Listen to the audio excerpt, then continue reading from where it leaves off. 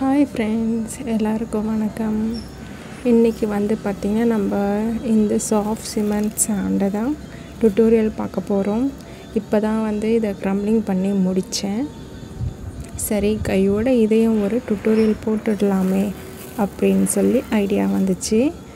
அதனால் இதில் இருக்கிற சின்ன சின்ன பபிள்ஸ் எல்லாம் க்ளீன் பண்ணி வச்சுருக்கேன்.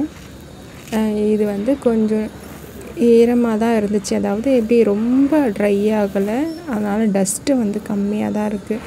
பிக் ஜங்க்ஸுன்றதுனால நல்ல டஸ்ட்டு நமக்கு கிடைக்கல. கொஞ்சம் இந்த பாருங்கள், லைட்டாக ஈரப்பதம் இருக்குது. இது என்னோடய புது டெக்ஸ்சர் தான். எப்படி தெரியுமா, இதில் நான் சாதாரணமாக கான்க்ரீட்டு ஃப்ரெஷ் சாண்ட் இருக்குது பார்த்திங்களா, புதுசாக கிடச்சிது இல்லைங்களா, அந்த சாண்டை நான் க்ரம்ப்ளிங் பண்ணேன். அதில் நிறைய சிமெண்ட் ஆட் பண்ணி வாட்டர் க்ரம்ப்ளிங் போட்டுகிட்டே இருந்தேன். அப்போ பார்த்திங்கன்னா நம்ம வாட்டர் க்ரம்ப்ளிங் பண்ணிகிட்ருக்கும்பொழுது நம்ம மிக்ஸ் பண்ணி விடுவோம். ஒரு பாரும் நம்ம க்ரம்ப்ளிங் பண்ணும்போது அதை நல்லா மிக்ஸ் பண்ணுவோம். அப்போ என்ன ஆகும்னா, அந்த சிமெண்ட்டு சாஃப்ட் சாண்டு எல்லாமே மேலே வந்துடும். கொஞ்சம் வெயிட்டாக இருக்கிற மணலாம் அடியில் போயிடும். நீங்கள் ஜென்ரலாக என்னோடய வீடியோஸில் கூட பார்த்துருப்பீங்க. க்ரம்ப்ளிங் பண்ணிகிட்டே வரும்போது லாஸ்ட்டில் நமக்கு நிறைய திக் பேஸ்ட்டு கிடைக்கும். டிப்பிங் பண்ணும்போதெல்லாம் கூட நல்லா பேஸ்ட்டாக இருக்கும். அந்த மாதிரி இருக்கும்பொழுது நான் என்ன பண்ணேன், அந்த மேலே இருக்கிற திக் பேஸ்ட்டை மட்டும் தனியாக எடுத்துட்டேன். இந்த சாஃப்ட் மணலோட மட்டு ப்ளஸ் சிமெண்ட்டு, இந்த க்ரன்ச்சி சாண்ட், இது எல்லாத்தையும் அப்படியே தனியாக எடுத்துட்டேன். அடியில் இருக்கிற கிரிட்டி சாண்ட்லாம் அப்படியே நின்றுடுச்சு. அதை தனியாக எடுத்து அதை மட்டும் ஒரு பெரிய பவுலில் போட்டு வச்சு அது நல்லா ட்ரை ஆகுச்சு. அது மாதிரி கிடச்சது தான் இந்த பெரிய டப்பு சைஸ் கிடச்சிது பார்த்திங்களா. எனக்கு ரவுண்ட் ஷேப்பு, அந்த மாதிரி round shape slab, big slab அந்த மாதிரி தான் எனக்கு கிடச்சிச்சு.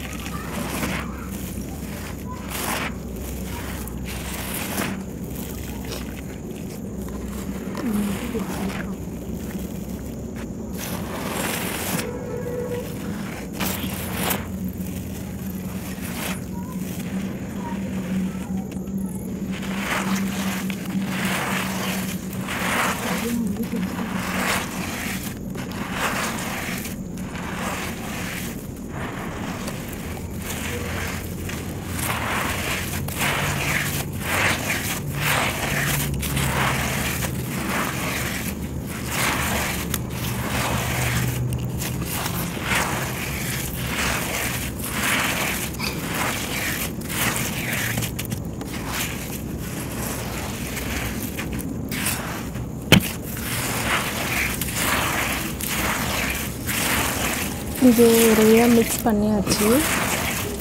இந்த சாண்டில் பார்த்திங்கன்னா கிரிட்டியை விட மட்டு டெக்ஸ்சர் நிறைய இருக்குது. ரெண்டுமே ஒரு ஈக்குவலாக இருக்குது. அதனால் நம்மளால் அப்படியே மிக்ஸ் பண்ண முடியாது. நிறைய தண்ணி இருந்தால் தான் மிக்ஸ் பண்ண முடியும், இல்லைன்னா ரொம்ப கை வலி எடுத்துக்கும்.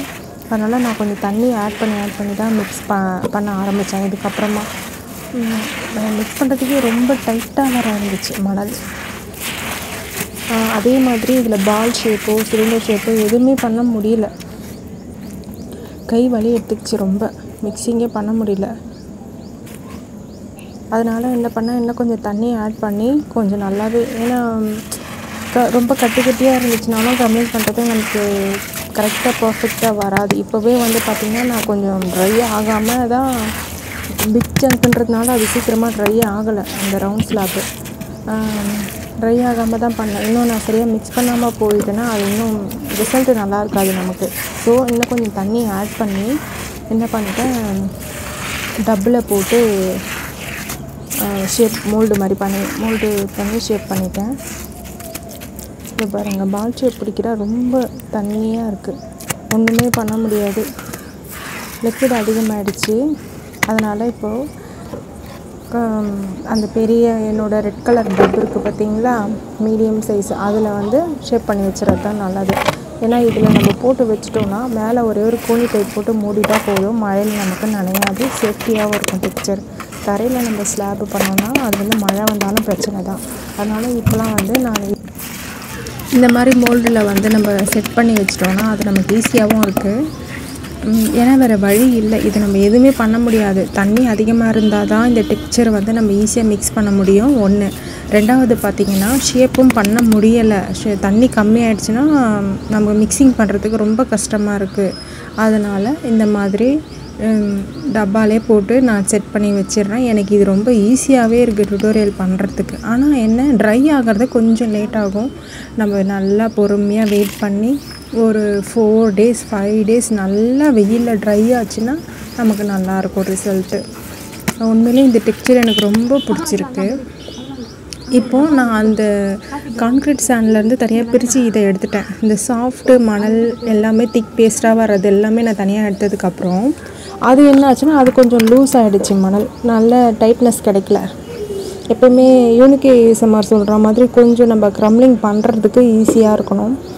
அதே மாதிரி நம்மளாக உடச்சி கம்ப்ளைண்ட் பண்ணுற மாதிரி இருக்கணும். அதுவே இதுவாச்சுன்னா பிடிக்காது. இப்போ வந்து நிறைய பேருக்கு அன்கண்ட்ரோல் க்ரம்லிங்கும் பிடிச்சிருக்கு. அதாவது நம்ம கண்ட்ரோல் இல்லாமல் நம்ம டெக்ஸ்சரை எடுத்து வாட்டரில் வைக்கும் போதே அப்படியே கொட்டணும், மணலில் அப்படியே கொட்டுற மாதிரி. அதுவும் நிறைய பேருக்கு பிடிச்சிருக்கு, எனக்கு நல்லா தெரியுது.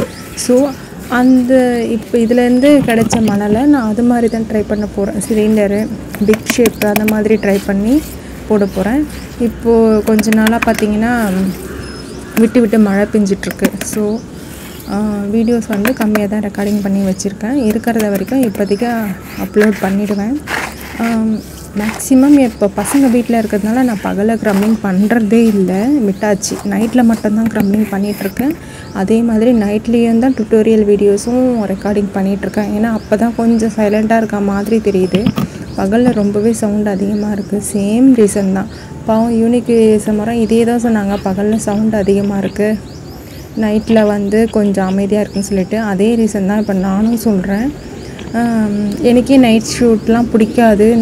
பகலில் பண்ணுற மாதிரி எனக்கு சாட்டிஸ்ஃபேக்ஷனாக இருக்காது. ஆனால் இப்போ நானும் நைட் ஷூட்டில் பண்ணுறத விரும்பி பண்ண ஆரம்பிச்சிட்டேன்.